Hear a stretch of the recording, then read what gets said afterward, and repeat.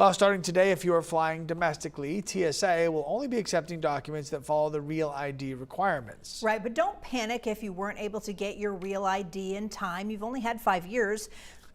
But it doesn't mean you can't fly. Our Leanne Stapleton is at the Portland Jetport this morning to break down what you can expect at the airport going forward. Hi, Leanne.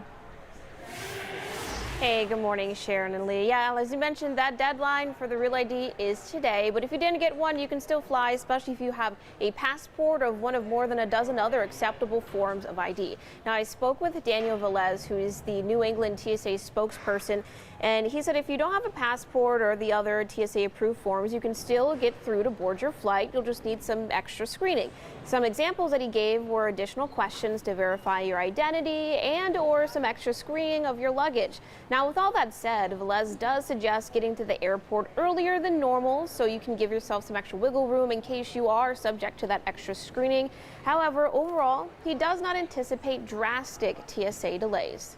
Right now, at travel document checking checkpoints, our TSA officers are seeing 81% of passengers either present a Real ID or some form of an acceptable ID.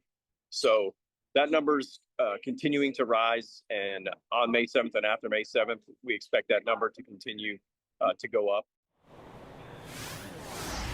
Here at the Portland Jetport, the assistant director told us that they're seeing 98% compliance so far with that Real ID, passport, or other acceptable form to go through TSA, so they're pretty happy so far.